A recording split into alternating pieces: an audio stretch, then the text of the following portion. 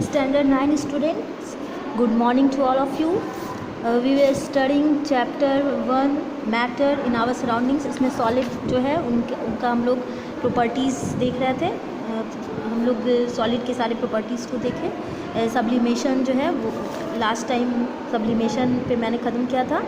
तो sublimation जो है इसमें एक तुम लोग का जो है एक्टिविटी दिया हुआ है.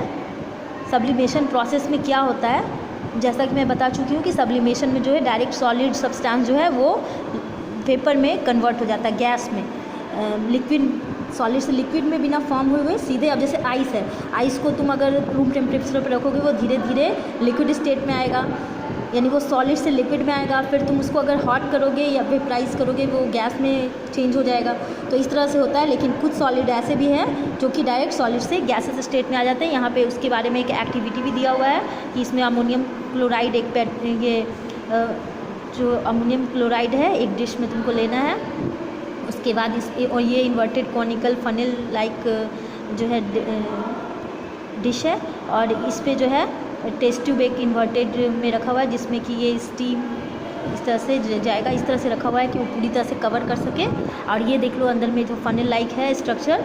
और ये एक्सपेरिमेंट जो है इसमें अमोनियम क्लोराइड जो है sublimise off as a vapour and get, यानी कि वो सॉलिड पार्टिकल्स था किसका, तो अमोनियम क्लोराइड का, जो कि सीधे गैस के रूप में चेंज हो रहा है. उसी तरह से इसी चीज़ को तुम कैम्फर में भी रिपीट कर सकते हो, नैफ्थलीन के साथ भी इस तरह से तुम एक्टिविटी कर सकते हो. तो इससे ये सब्लिमेशन प्रोसेस तुम लोग को ये इस तरह से सब्लिमेट किया जा रहा है. हीट करने पे वो डायरेक्ट वेपर में चेंज हो रहा है सॉलिड. और जो है एक लास्ट जो है था डिफ्यूज़न. डिफ्यूज़न जो है ये भी नहीं करते हैं सॉलिड, क्योंकि ज़्यादातर वो बहुत अलग तरह से सिचुएशन रखने पर वो डिफ्यूज़ करेंगे. लेकिन ऐसे जनरली कहा जाएगा कि ये डिफ्यूज़न जो है वो सॉलिड का प्रॉपर्टी नहीं है, क्योंकि डिफ्यूज़न का मतलब तुम लोग जानते हो क्या होता है. This is the process by which the particles of substance में enter spontaneously into another substance, यानी कि इसमें जो है लगातार एक सब्सटेंस दूसरे मतलब एब्जॉर्ब टाइप से होना, उसको कहते हैं डिफ्यूज़न. डिफ्यूज़ कर जाना, उसमें एकदम मिल जाना. तो मूवमेंट ऑफ पार्टिकल जो सॉलिड का है वो रेस्ट्रिक्टेड है. तुम जैसा कि हम लोग पढ़ चुके हैं, सॉलिड के पार्टिकल आपस में बहुत पैक्ड होते हैं. इंटरमॉलिकुलर स्पेस जो है वो ना के बराबर होता है, तो उसके जो है पार्टिकल्स मूवमेंट नहीं करते हैं. और solid does not have the property to diffusing into other solid. और क्यों, मतलब कुछ केसेस हैं जैसे कि मैं अभी बता रही थी कि कुछ अलग सिचुएशन देने पे, जैसे diffusion of one solid into another takes place if 2 blocks of copper. अगर 2 कॉपर का ब्लॉक लेंगे हम और 2 ब्लॉक्स ऑफ कॉपर, एक कॉपर का ब्लॉक और एक जिंक मेटल, दोनों को टाइट कर देंगे फर्मली एक साथ, एकदम टाइट उसको कर बांध कर एकदम साथ में रख कर उसे छोड़ देंगे बिना डिस्टर्ब किए हुए कुछ सालों तक.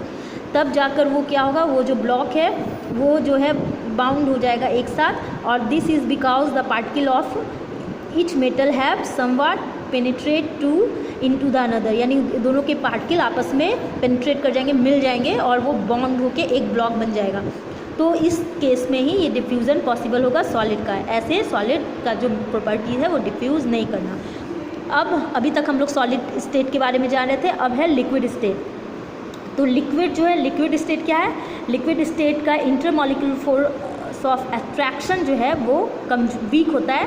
किसकी अपेक्षा, तो सॉलिड की अपेक्षा. और इसके जो पार्टिकल्स है वो लेस स्ट्रांगली हेल्ड टुगेदर, यानी आपस में इसके पार्टिकल्स जो होंगे जो लिक्विड है, जैसे कि मान लो कि ये सॉलिड का पार्टिकल हो गया इस तरह से, ये सॉलिड के पार्टिकल एकदम पैक्ड होंगे, तो लिक्विड जो है वो लिक्विड का पार्टिकल इस तरह से होगा, मतलब दूर दूर पे इस तरह से उसके पार्टिकल होंगे. तो यहाँ पे ऐसे तुम लोग बचपन में भी सॉलिड लिक्विड, इसके प्रीवियस जो क्लासेज है उसमें भी सॉलिड लिक्विड के बारे में तुम लोग उसके प्रॉपर्टीज़ के बारे में थोड़ी बहुत नॉलेज होगी ही, तुम लोग पढ़े ही हो. तो लिक्विड के जो पार्टिकल्स होते हैं वो उनका इंटरमॉलिकुलर स्पेस कम होता है, और ये लार्ज और इसके पार्टिकल्स जो है ये फ्रीली मूव कर सकते हैं, कैपेबल है. But the intermolecular force is not so weak, लेकिन बहुत ज़्यादा ऐसा नहीं कि बहुत ज़्यादा वीक है, लेकिन इसके पार्टिकल को अलाउ करते हैं, इतना होता है कि वो मूवमेंट कर सकते हैं। इसका जनरल प्रॉपर्टीज़ क्या होगा, तो liquid have the following characteristic properties. तो जिस तरह से हम लोग सॉलिड का पढ़े थे, तो उसी तरह से लिक्विड का भी शेप एंड वॉल्यूम। तो लिक्विड का जो है डिफिनिट शेप नहीं होगा और ना ही definite but has definite volume. Shape तो डिफिनिट नहीं होगा लेकिन वॉल्यूम डिफिनिट होगा। जैसे एक गिलास पानी है, तो अगर हम उसे ग्लास में रख रहे हैं तो वो ग्लास के शेप का हो गया, अगर हम उसको बाउल में रख देंगे तो वो बाउल के शेप का हो जाएगा। लेकिन अगर हम उस वाटर को किसी भी अगर देखो यहाँ पे जैसे डायग्राम में दिखा रहा है, बाउल में अलग अलग शेप के ग्लासेस में रख रहे हैं, लेकिन पानी का जो मात्रा है, जो वॉल्यूम है, वो सेम है, वो नहीं चेंज होगा। तो लिक्विड तो इससे तुम समझ में आ गया होगा। मान लो 1 लीटर ऑफ वाटर है और 1 लीटर का ग्लास है या 1 लीटर के बाउल में वो आ रहा है। ऐसा नहीं है कि 1 लीटर के ग्लास में आ रहा है और इसमें ½ लीटर के बाउल में वो आ जाएगा।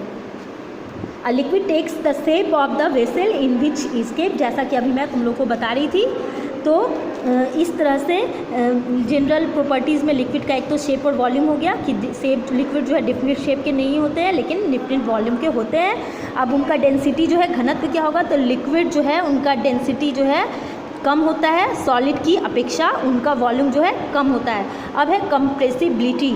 लिक्विड जो है कंप्रेसिबिलिटी मीन्स कि लिक्विड जो है वो कंप्रेस करेंगे थोड़ी small extent. They are incompressible, however they have the slightly higher compressibility than solid. Solid में जैसा कि तुम लोग देखे थे, तो इसमें जो है इसमें सॉलिड की अपेक्षा थोड़ा ज़्यादा कंप्रेसिबिलिटी होता है, लेकिन ये भी इनकम्प्रेसिबल ही होते हैं। This is because the intermolecular space in liquid is somewhat greater than that the solid. तो इंटरमॉलिक्यूलर स्पेस जो है थोड़ा ज़्यादा होता है सॉलिड की अपेक्षा, इसी के लिए ये थोड़े से कंप्रेसिबल होते हैं। इसमें जो उस पर जो दबाव बनाया जा सकता है, लेकिन सॉलिड पे जो है कंप्रेसिबिलिटी में यही था ना, प्रेशर या दबाव बनाना। तो जो सॉलिड जो है उन पे कंप्रेसिबिलिटी इनकम्प्रेसिबल होते हैं प्योरली, और ये जो है थोड़े कंप्रेसिबल होते हैं। तो और इसका आगे और भी जो प्रॉपर्टीज़ है वो नेक्स्ट क्लास में मैं तुम लोग को एक्सप्लेन करूँगी। Okay, thank you.